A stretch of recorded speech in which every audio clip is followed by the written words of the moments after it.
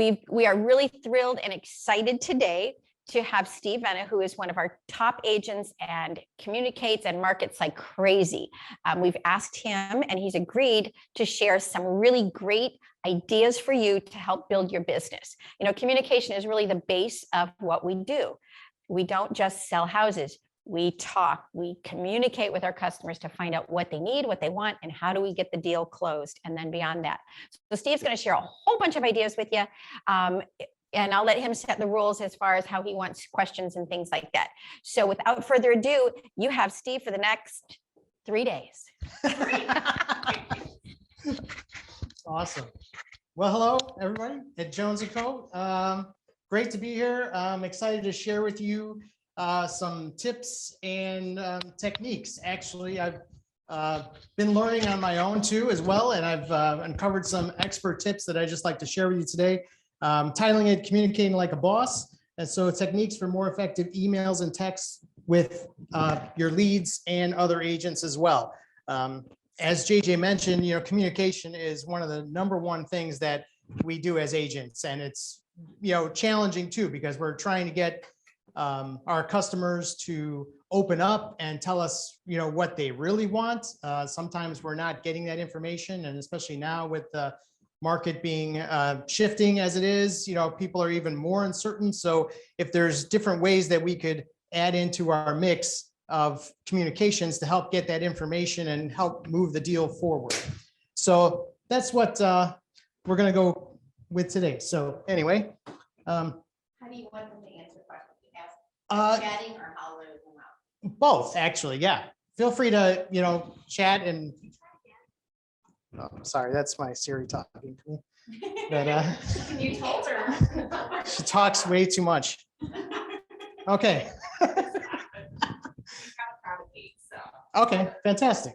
All right. So as I mentioned before, you know, the biggest hurdle to conquer in the customer relationship is the process of effective communication. So how do we convey our thoughts and information to our customers? How do we create strong collaborative relationships? That's, you know, getting customers to trust us. Sometimes we only have a few texts to give to get that information, or it's a first email, or it's a voicemail message, things like that. How do we get customers to trust us? And also receiving actionable responses. So, you know, asking the question that becomes something that you could actually do or execute on from a agent perspective. And then avoiding being ghosted. So that's something, you know, everyone has happened to them, myself as well. And so maybe there's different ways and different techniques of how you're going about it that you could actually then avoid those or resurrect a relationship from there. So the first one is something I learned from an expert, Chris Voss, who is an FBI negotiator. And so I'm going to hold up this book as a suggested reading. It's called Never Split the Difference. So it's negotiating as if your life depended on it. So it goes into a lot of neuroscience. I know it's kind of cool, isn't it? It's just a great title, and you know the guy's really sharp too, and he's got a great voice. So if you like, when you listen to him, he said he's got like the FM DJ voice, really low, deep voice, you know, just like you would see like in the movies. But basically, it goes into a lot of the neuroscience and how they, you know, negotiate with people for, you know, very tragic situations, but at the same time, it's always, again, he highlights that it's not about the money sometimes. It's about other things. So if you can ask the right questions, you can get to that information and figure out what the motivation is, and you could understand your customer's perspective a little better, and you might be able to get them to move on the right property or make an offer or adjust their offers, things like that. So coming to grips with the yes and no questions will forward you as a communicator. So let's get into that just a little bit. So we all like yes. So yes is what we're always doing. We always want to be affirmed when we're talking to people. Yes, I like this. Yes, I like that. But yes questions went from the buyer's side, from even think of yourself as a consumer, kind of makes you think you're getting led down a path that you may not want to go. It kind of gives up a little bit of your autonomy, and it kind of makes you feel like you might be walking into somewhat of a trap, or you're committing to something that you may not be ready to commit to. So that's one thing to keep aware of when you're asking questions of your customers and, oh, isn't this great? Or, how do you like this? And if you're looking for the yes all the time, sometimes they won't open up to you in that respect. Right? Yeah. So why no is easier to say. So when developing service-based relationships, I like to put it, it's important for the customer to retain that feeling of power. So our default is really no more than yes. So if you could ask a no-oriented question, it actually will give you the information and you could still move forward. And no doesn't mean not yes, it just means no. So we'll get to the details of that, but that's where we're going with this. So it makes people feel safe because they could say no, but then they can expand on their no, which will become a yes to you in a roundabout way. So, and that also is saying no, they say it protects your hidden cards. So, as a buyer, as a consumer, you're saying no, but you're kind of holding back. But when you're saying no, they're also thinking about what they're really wanting. So you're focusing the communication around to what they want, not focusing on to you. So that's one of the differences with that. So data science shows that no-oriented questions can increase customer attention by as much as 23%. So that's important. That's significant. So, but attention means retention. So if they're focusing in on the no questions, it makes them think about what they really want. So because of that, that kind of helps focus the conversation, and then you get the answer you're looking for as an agent. So you can direct them to the right type of house, or you're finding that maybe they actually need more square footage, or maybe price is really not their ceiling price. Maybe it's just what they were thinking about because someone told them something. So you can add that into your entire communications. So any questions so far? Not yet, Okay. they were just asking what the book was, so I Oh, put that okay. in the chat for them. Oh. Awesome. And if anybody's in town, please feel free to frequent the Barnes and Nobles in Coconut Point. You could ask for Ben. That's my son. He works here at the cash register. You could say hi. He'd love that. Yeah. Feel free to harass him. Absolutely. All right. So I want to give you some examples. So examples of the same question in a yes-oriented or a no-oriented question. So the yes-oriented would be, hi, this is Steve from Jones & Co Realty. Have you got a few minutes to talk? And so right there, if you get that on the phone, if someone calls, they'll be like, really, do I want to talk to this guy? Do I have a few minutes to talk? Do I have other things that I should be doing? What the heck is he going to tell me? All those things go through their head, but all of that is taking away from your connection with the customer, is like wanting to give them information or wanting to get information from them. So you can flip the script and say in a no-oriented question, say, hi, this is Steve from Jones & Co Realty. Is now a bad time to talk for a few minutes? So that gives them the opportunity to say, yes, it's a bad time to talk. And if it is a bad time to talk, you should get off the phone with them because you don't really want to be talking to someone who doesn't want to be talked to. But at the same time, most likely they'll say no, but then it gives you an opportunity to say, when can we talk? Or they'll say, no, but call me in 15 minutes or call me later tonight. So at least it puts it in there. So then you also have the thought in the customer's head that you're going to be following up with them later. So it's a way of saying the same exact thing and getting a better actionable response from your customer on it. Go to the next slide, hopefully. Okay.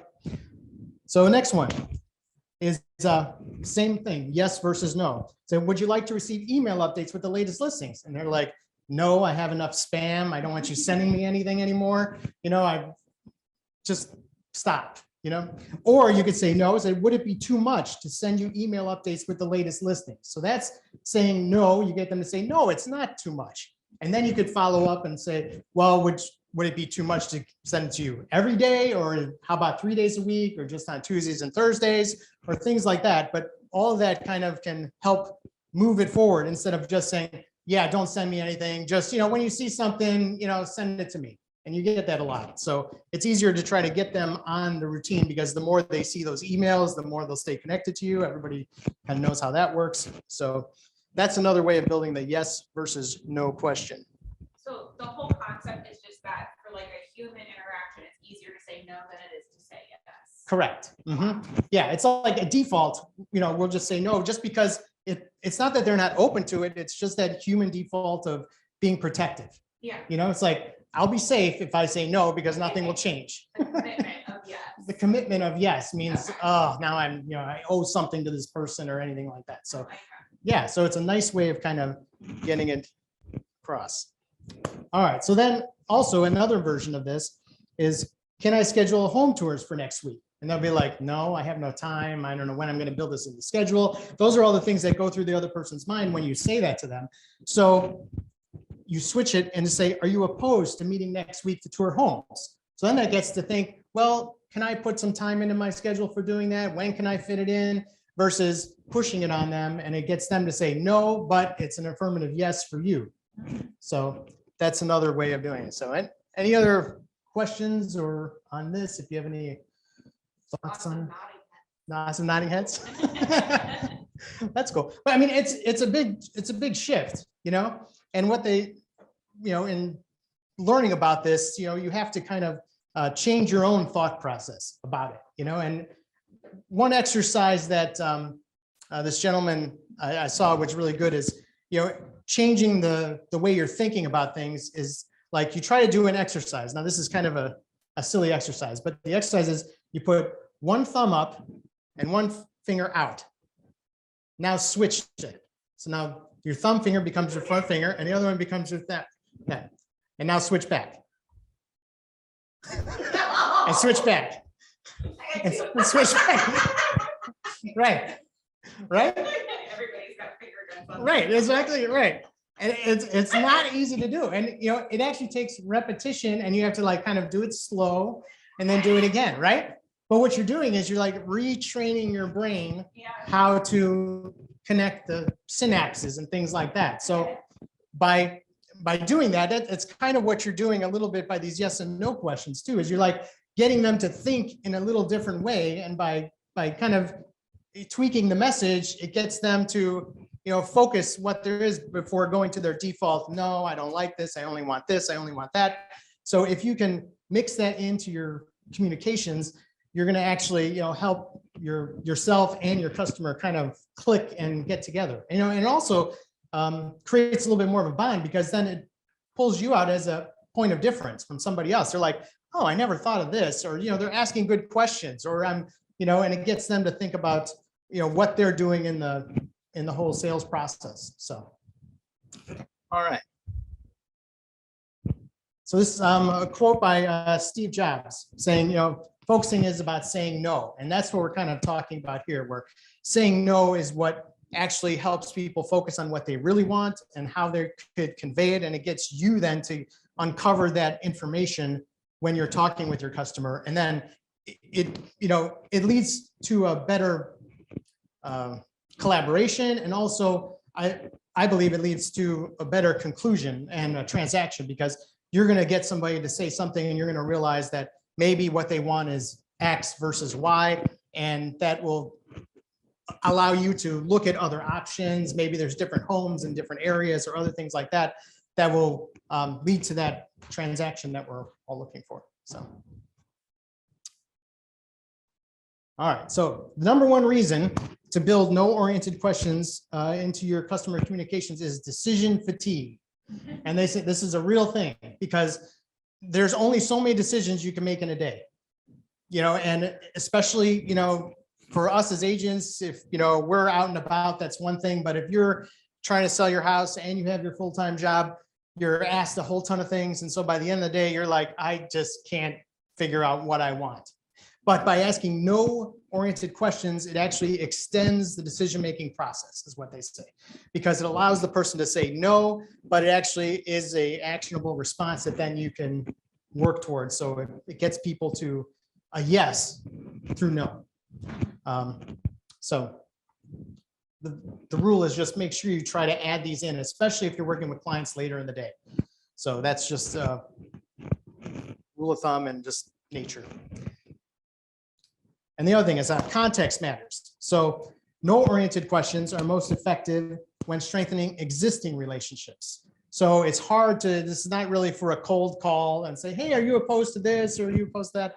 that they'll be like, I don't know who you are. I don't know you. It's just really bad. I've had that actually happen to me where I saw someone who maybe have read the same book or took the same course or whatever, because he tried that with me. And they're like, hey, I'm doing a healthcare for agents. Would you be against having a meeting and for things? I'm like, and number one is, okay, so context. So against. So you don't want to have like negative words, so opposed is kind of a negative, but it's not so much that it's against. Against is like fighting. And so I just said, yes, I'm against it. And so that was the end of the conversation. I blocked him. But the point is that's what will happen if you start doing that too soon in a relationship. It's just gonna not work. You have to have a relationship already started with that. Next slide. Okay. So again, with communication, your customer should talk 5 times more than you do. That's what they're saying. That it's hard, right? I get it all the time too. Sometimes I just feel like there's dead space and you got to say something, and sometimes you don't. Sometimes being silent is good because it lets them talk. So that's one thing to remember. I'm sure we're all guilty of that. So the more you encourage the other side to talk, the more likely you are to get to that moment of collaboration where they'll be like, okay, this person understands me and things like that. So my funny joke is, ask people questions, give them an opportunity to talk about themselves, is don't ask the question, what the hell is wrong with you? So that, that'll get them to talk, but don't ask that type of question. All right. Okay, so another technique, this one will take a little time to kind of try. You might want to try this on a family member first, just to kind of get this down, but it's called mirroring. So it allows customers to reveal their underlying feelings and increases your bond and also focusing their attention. So for an example, is that this house is just horrible. And you say, just horrible?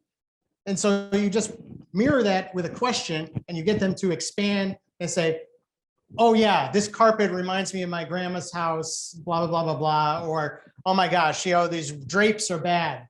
But they're not really, crapping on the entire house. They're just saying this and that. So once you get to that, then you could respond to that instead of saying, yeah, this house really needs some work.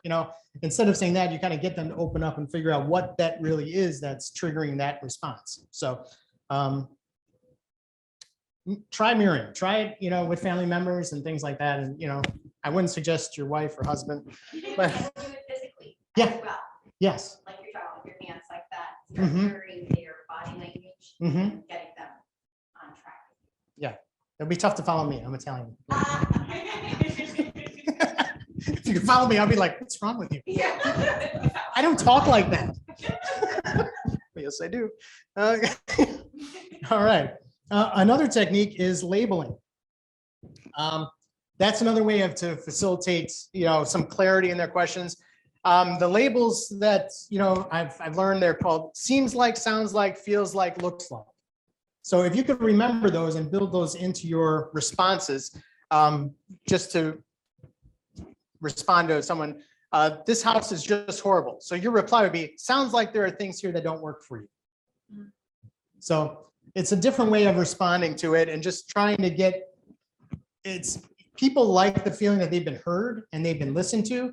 And so this is a way of doing that, but you're not also committing or acknowledging what they're saying is fact. So it gets them to expand a little bit on what they're looking for. And, you could basically put any other response behind that. So that's why they're called labels. So you could just do seems like, sounds like, feels like, looks like. So as you're going through a house tour or just talking with them and they're talking about their needs, or, it could be, seems like you need to talk to a mortgage broker. Seems like you need to speak with someone in legal, so all those types of things. So Siri. Seems like I didn't get it. Yeah. Seems like I need a hammer. Okay. Next one. Okay. So have you been ghosted? So this is tricky because I think we've all been ghosted. I know I have. So do you think that things are going well and communication may be going, and then all of a sudden there's nothing? So there's different things about this, different ways to approach it. So it's not necessarily that they hate you or something like that. It could be, but that's not generally the reason. Most likely, they say it's due to a situation is no longer under the control of the person who you're speaking with.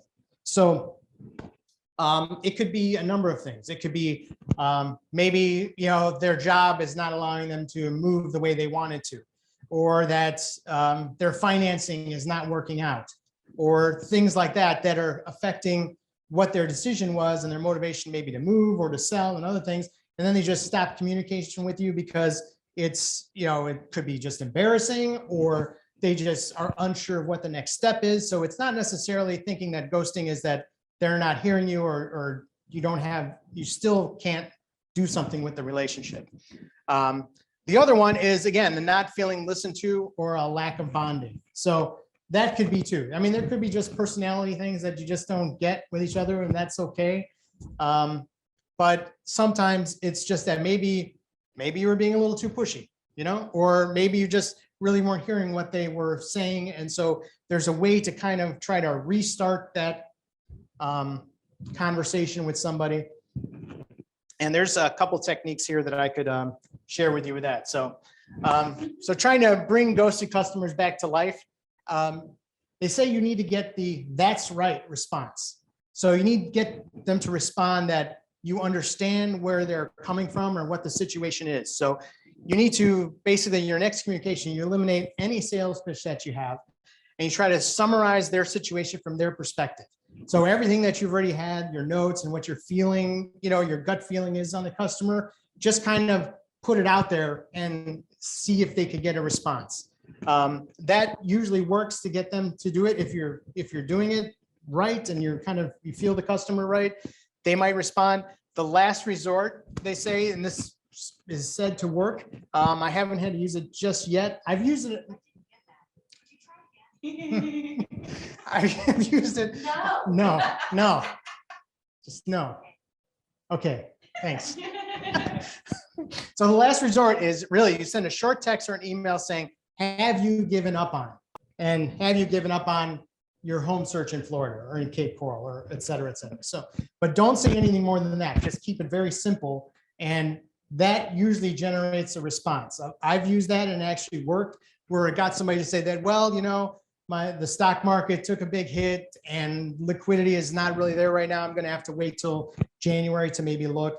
So, those things are realities, but if you could get them to respond to the basic thing like that, you can still then reset the communication with the customer. But again, when you do it, you can't go back to what you did before. You have to kind of reset it in a different mode. So this is the conclusion, actually. So thank you. So I'll make sure that you have these links. This is a great YouTube to follow. This is the Black Swan Group. That is the company for Chris Voss for this book. So he has a lot of videos and snippets from his seminars and things like that you can do. So these are links. This one here is a TikTok, which you can follow. She does a great job of doing communication videos. Just how to communicate, things to say, what not to say, different isms and things like that to kind of help you do it. So that's it. Kept it short to what, 20 minutes, 25 minutes. Feedback. Crystal says, what I is have the a TikTok? question. Do you know what her TikTok name is? Good question.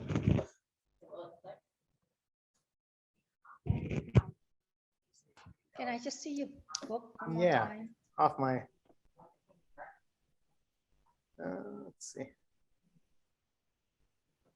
Should work. Let's see. Maybe not.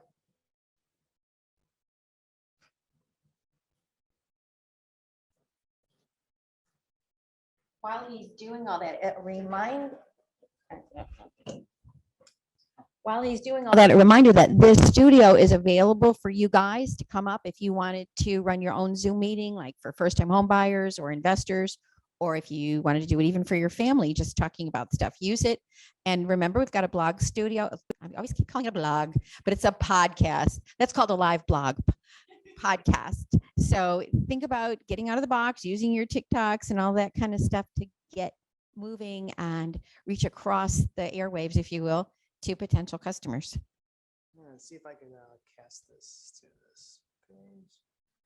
Maybe not. Okay, well, it's Virginia Kerr, Kerr. Kerr. K-U-R-R.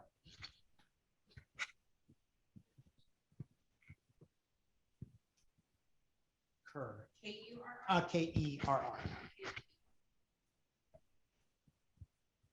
Well done.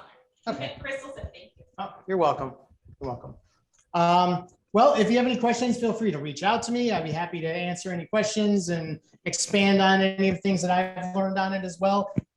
Try to build some note-oriented questions in your communications and texts, see how they work. I think you'll find success with them, and data science backs it up, so it's got to work, right? So would you be averse to sharing the areas that you work in the Orlando area? No, I'd be happy to share that.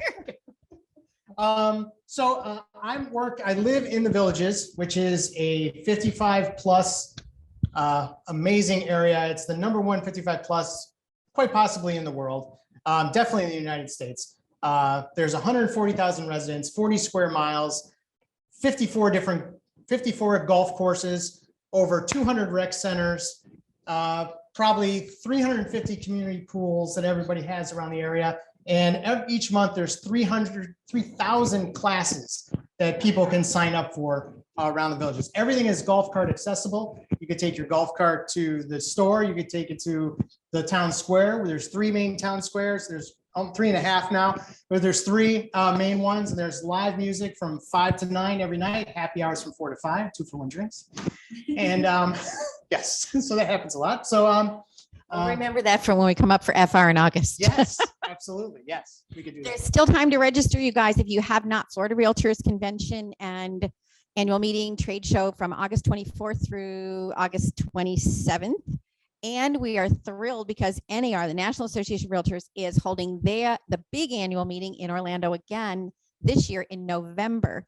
So another way to reach out and find Steve and find the 2-for-1 drinks with him as well. Absolutely. Come up, I'll treat you. There you go. So thank you very much. If you guys have any topics that you want to share with your fellow realtors, or if there's something that you want us to expand on and share with you, please let us know. And as we always end our podcasts and blogs and videos and Zooms and everything else, peace out.